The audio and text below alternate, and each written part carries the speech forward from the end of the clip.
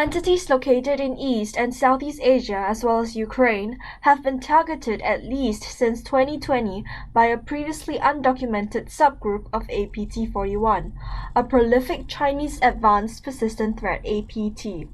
Cybersecurity firm Trend Micro, which christened the espionage crew Earth Longzhi, said the actor's long-running campaign can be split into two based on the toolset deployed to attack its victims. The first wave, from May 2020 to February 2021, is said to have targeted government, infrastructure and healthcare industries in Taiwan and the banking sector in China, whereas the succeeding set of intrusions from August 2021 to June 2022 infiltrated high-profile victims in Ukraine and several countries in Asia. This included defense, aviation, insurance and urban development industries in Taiwan, China, Thailand, Malaysia, Indonesia, Pakistan and Ukraine. The group uses social engineering techniques to spread its malware and deploy customized hack tools to bypass the protection of security products and steal sensitive data from compromised machines.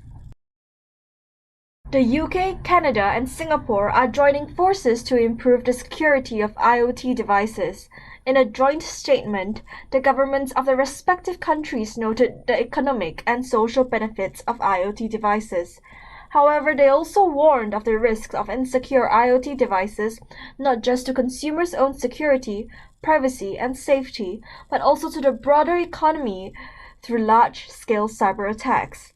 Many record-breaking cyberattacks have taken advantage of the often poor security practices of IoT device manufacturers, with malicious nations increasingly turning to cyberattacks to cause damage to rivals.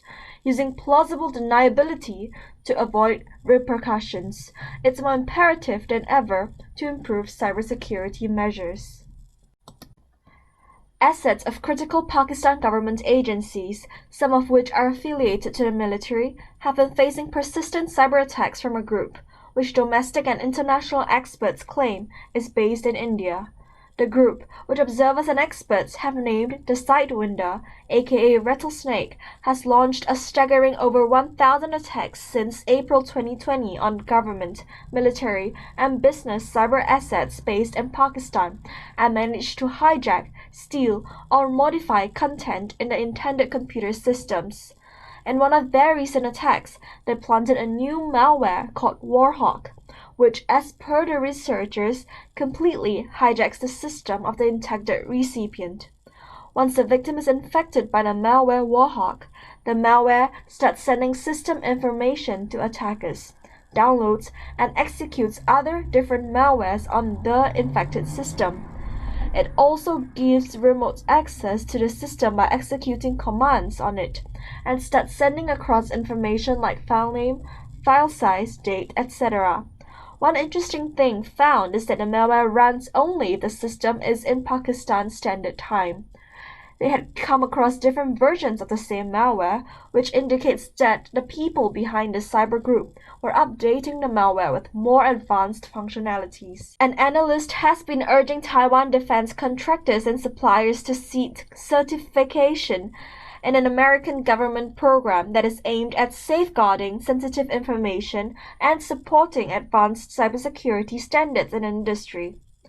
The Cybersecurity Maturity Model Certification, CMMC, will be a requirement in all contracts awarded by the United States Department of Defense, starting in fiscal year 2026, as the country continues to deal with frequent cyber attacks by government-sponsored players in China, Russia, and Iran.